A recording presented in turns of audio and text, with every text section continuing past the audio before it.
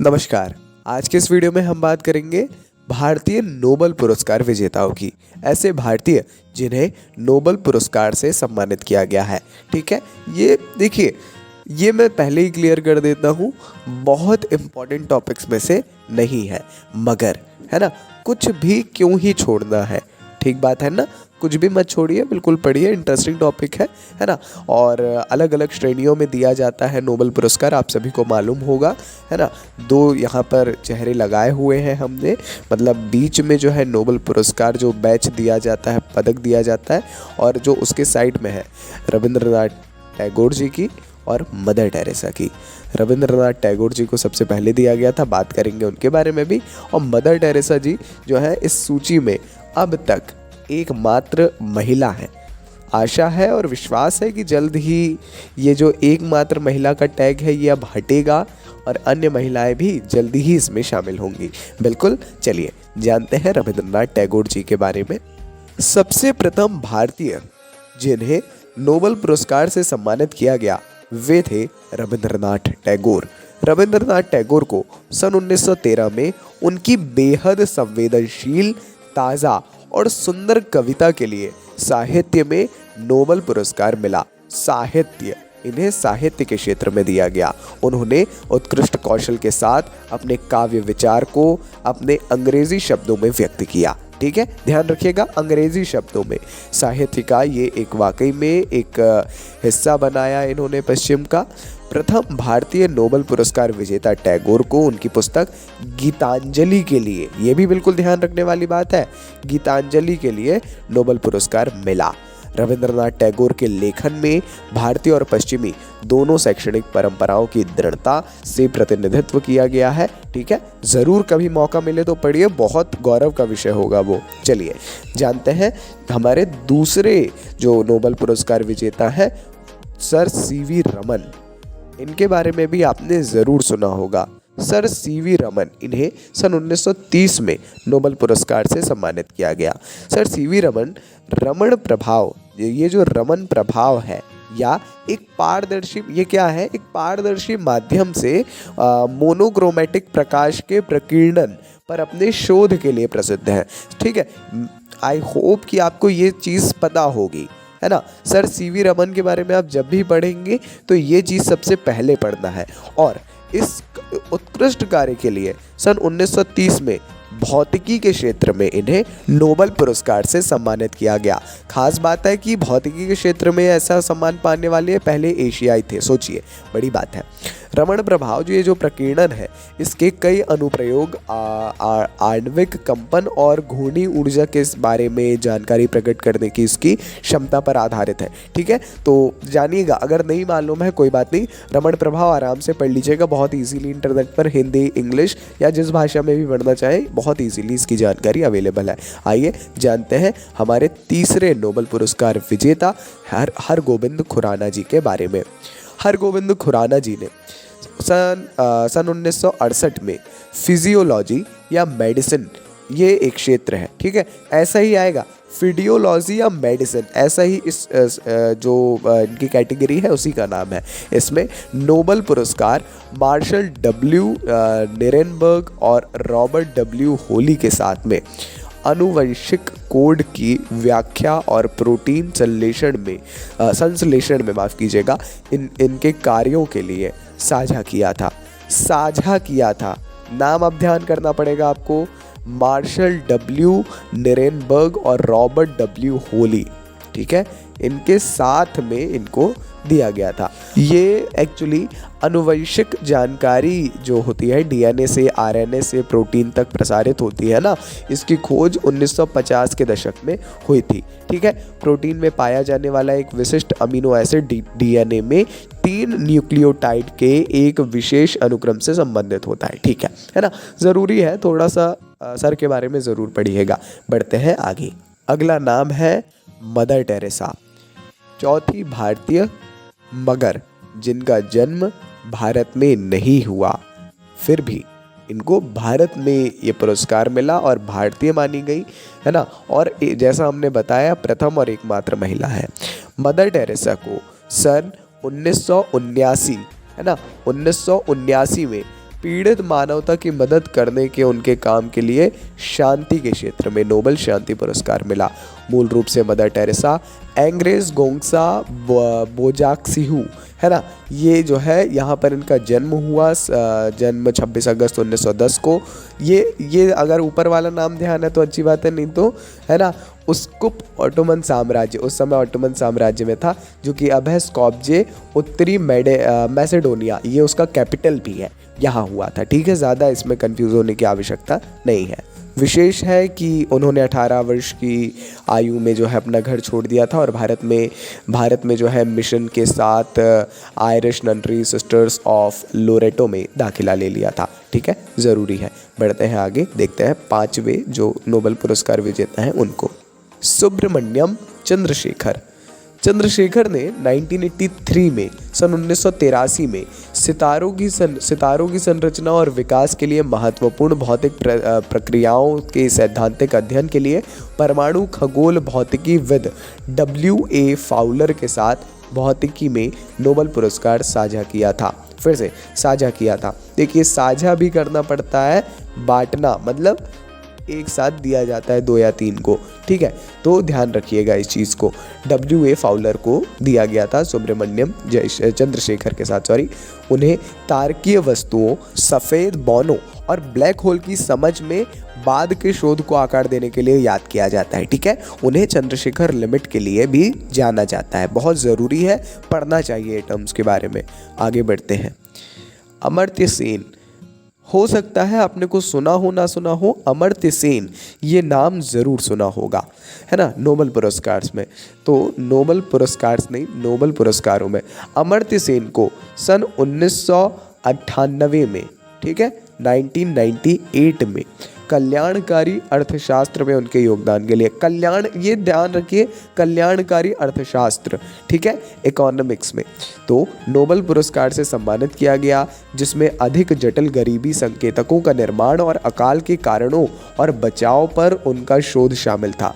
कल्याणकारी अर्थशास्त्र, ये टर्म क्या है थोड़ा बता देते हैं। लागत लाभ विश्लेषण और सामाजिक कल्याण कार्यों जैसे उपकरणों की सहायता से कल्याण अर्थशास्त्र के क्षेत्र का उद्देश्य होता है कि आर्थिक परिवर्तन के फायदे और नुकसान का आकलन करना और सार्वजनिक नीति को उस दिशा में निर्देशित करना जो समाज के समग्र अच्छे को बढ़ाती है। काफ़ी विशेष और इम्पोर्टेंट जानकारी है। ठीक है, अमर्त्य सेन, मैं पर्सनली, ये मैं बार बार कह रहा हूँ, मगर इनके बारे में तो पढ़िए ही पढ़िए, इंस्पिरेशनल भी है और पढ़ना भी चाहिए। बढ़ते हैं आगे, आइए जानते हैं वेंकटरमन रामकृष्णन जी के बारे में। वेंकटरमन रामकृष्णन ने राइबोसोम की संरचना और कार्य के अध्ययन के लिए एडा ई योनाथ और थॉमस ए स्विट्स, ठीक है, इनके साथ रसायन विज्ञान के क्षेत्र में 2009 का नोबेल पुरस्कार साझा किया। अधिकतम नोबेल पुरस्कार जो होते हैं वो साझा करना होते हैं, है ना, क्योंकि अब इतनी बड़ी जनसंख्या है तो जाहिर तौर पर काफ़ी लोग कार्य करते हैं। ठीक है, कोशिकाओं के राइबोसोम में बने बड़े जटिल प्रोटीन अणु किसी जीव की महत्वपूर्ण प्रक्रियाओं को नियंत्रित करते हैं। मैसेंजर आरएनए आनुवंशिक डेटा को अमीनो एसिड की श्रृंखलाओं में अनुवादित करता है जो बाद में प्रोटीन बनाते हैं। ठीक है, तो ये इनका ऐसा कुछ था और रसायन विज्ञान के क्षेत्र में इन्हें जो है नोबेल पुरस्कार दिया गया था। चलिए बढ़ते हैं आगे। कैलाश सत्यार्थी, इनका नाम भी शायद आपने सुना होगा और इनके बारे में तो वाकई में पढ़ना चाहिए, क्योंकि कैलाश सत्यार्थी जो है इन्हें नोबेल शांति पुरस्कार 2014 दिया गया था। बच्चों के अधिकारों के समर्थक कैलाश सत्यार्थी को वित्तीय लाभ के लिए बच्चों के गंभीर शोषण की ओर ध्यान दिलाने के लिए यह पुरस्कार दिया गया था। उन्होंने वैश्विक करुणा के लिए सत्यार्थी आंदोलन के साथ, सोचिए, सत्यार्थी आंदोलन शुरू किया और सामाजिक सुधार के क्षेत्र में बेजोड़ मानक स्थापित किया, यह प्रदर्शित करके कि करुणा के साथ जीने का क्या मतलब है। श्री सत्यार्थी ने अपने संगठन बचपन बचाओ आंदोलन के माध्यम से बाल श्रम, गुलामी, तस्करी और शोषण के अन्य रूपों से पीड़ित करीब 1 लाख से अधिक बच्चों की शिक्षा, पुनर्वास और पुनः एकीकरण के लिए एक सफल मॉडल विकसित किया, जिसके लिए इन्हें 2014 में नोबेल पुरस्कार से सम्मानित किया गया, है ना। कार्य ऐसा किया इन्होंने और करके दिखाया, ऑन ग्राउंड आकर के, बहुत बड़ी बात है, अच्छा है, इंस्पिरेशनल है। बढ़ते हैं आगे। अगला नाम है अभिजीत बैनर्जी का। एस्थर ड्यूफ्लो और माइकल क्रैमर के साथ अभिजीत बैनर्जी को वैश्विक गरीबी को खत्म करने के लिए उनके प्रयोगात्मक दृष्टिकोण के लिए आर्थिक विज्ञान में 2019 नोबेल मेमोरियल पुरस्कार से सम्मानित किया गया था। ठीक है, अभिजीत बैनर्जी 2019, है ना।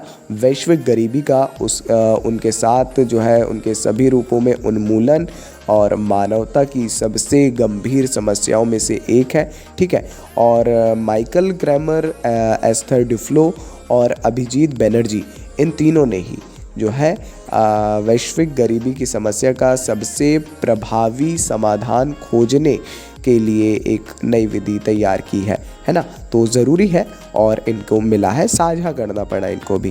बढ़ते हैं आगे। अब अन्य, देखिए अन्य जो है बहुत कंफ्यूज कर सकते हैं आपको, कंफ्यूज मत होइएगा। इनका देखिए जन्म पहले हुआ, ब्रिटिश काल में हुआ, कुछ मतलब हम बताते चलते हैं, चलिए कोई बात नहीं। सबसे पहला नाम है रोनाल्ड रॉस का, यूनाइटेड किंगडम, बट इंडिया की सूची में अन्य में इनको शामिल किया जाता है। ठीक है, कंफ्यूज मत होइए। मलेरिया पर उनके काम के लिए इनको दिया गया था, जिसके द्वारा उन्होंने दिखाया कि यह जीव में कैसे प्रवेश करता है और इस तरह इस बीमारी और इससे निपटने के तरीकों पर सफल शोध की नींव रखी। रोनाल्ड रॉस नाम ध्यान रखना है, यूनाइटेड किंगडम को ये दिया गया है, मगर अल्मोड़ा ब्रिटिश काल के दौरान इनका जन्म भारत में हुआ। ठीक है, काफ़ी ज़रूरी है इनके बारे में पढ़ना। दूसरा नाम है रुडयार्ड किपलिंग का। इन्हें भी यूनाइटेड किंगडम से ही दिया गया, है ना। माने यूनाइटेड किंगडम के जाते हैं, मगर भारत में ब्रिटिश काल के दौरान बॉम्बे में इनका जन्म हुआ। इनकी अवलोकन की शक्ति, ये साहित्य की बात है। कल्पना की मौलिकता और विचारों की पौरुषता और कथन के लिए उल्लेखनीय प्रतिभा को ध्यान में रखते हुए जो इस विश्व प्रसिद्ध लेखक की रचनाओं की विशेषता है ना, इसको ध्यान में रखते हुए इन्हें नोबेल पुरस्कार से साहित्य के क्षेत्र में सम्मानित किया गया था, रुडयार्ड किपलिंग, और इन्हें बॉम्बे में इनका जन्म हुआ था। ठीक है, इसीलिए इस सूची में इनको शामिल किया गया है। अगला नाम है 14वें दलाई लामा का। अब इनका जन्म भारत में नहीं हुआ, इनका जन्म तकत्सेर चीन गणराज्य में हुआ। अगर मैं गलत प्रोनाउंस कर रहा हूँ तो मैं माफ़ी चाहूँगा, मगर ये भारत के माने जाते हैं और भारत देश से ही इन्हें नोबेल पुरस्कार मिला है। इन्हें शांति के क्षेत्र में पुरस्कार दिया गया है, अपनी स्वतंत्रता हासिल करने के लिए, अपने लोगों के संघर्ष में हिंसा के उपयोग के लगातार प्रतिरोध के लिए। वाकई में देखिए, मतलब अब मैं बार बार आपको लग रहा होगा बोल रहा हूँ, मगर वाकई में ऐसे लोगों को चुन के नोबेल पुरस्कार दिया जाता है कि क्या बताएं, बहुत इंस्पिरेशनल। मैं फिर से बोल रहा हूँ, दलाई लामा के बारे में पढ़ेंगे तो ज़रूर आपको ऐसा मोटिवेशन मिलेगा, और अभी भी है, और इतना शानदार, कभी सुन के देखिए वक्त मिले तो, है ना। या तो अर्ली मॉर्निंग, या तो अगर नाइट में आप जग रहे हैं, है ना, और कुछ नहीं है करने को, तो सुन के देखिए कभी दलाई लामा को, बहुत ही ज़्यादा इंस्पिरेशनल। देखते हैं हमारे जो चौथे अन्य नोबेल पुरस्कार विजेता है वीएस नायपॉल के बारे में। ये भी यूनाइटेड किंगडम से ही है, इनके बारे में बहुत कन्फ्यूज़न है। ये चगुआनास, त्रिनिदाद और इनका जन्म जो है टोबैगो में हुआ। भारत से संबंध नहीं है, मगर इन्हें जो है भारत की सूची में शामिल किया जाता है। कार्यों में एकजुट, बोधगम्य कथा और अविनाशी जांच के जो हमें दबाए गए इतिहास की उपस्थिति को देखने के लिए मजबूर किया है इन्होंने, है ना। इनको भी जो है साहित्य के क्षेत्र में ही नोबेल पुरस्कार से सम्मानित किया गया। इनके बारे में थोड़ा पढ़ लेंगे तो अच्छा है, नहीं पढ़ेंगे तो कोई ऐसा वो नहीं हम कह सकते, फिर भी हाँ थोड़ा इनके जन्म से संबंधित ज़रूर पढ़ना चाहिए। चलिए जी, ये थे हमारे भारत के गौरव, भारत के कुछ ऐसे जानी मानी हस्तियाँ जिन्हें विश्व के सर्वोच्च मतलब पुरस्कारों में से एक नोबेल पुरस्कार से सम्मानित किया गया। हम सभी के लिए गौरव का विषय है, और ये सूची हम तो यही चाहते हैं कभी ख़त्म ना हो, हर साल इसमें नाम जुड़े, नाम जुड़ते चले, है ना। इन्हीं आशाओं के साथ में आपको बहुत सारी शुभकामनाएं। आप अपने लक्ष्य को प्राप्त करें, आप भी कभी पहुँचे अगर आपका कार्य है इस प्रकार का तो इस सूची तक। बाकी वीडियो अच्छा लगा तो लाइक करिए, हम यही हैं आपके लिए, वीडियोज़ रोज़ आते रहेंगे। नमस्कार, डायनामिक इम्पल्शन।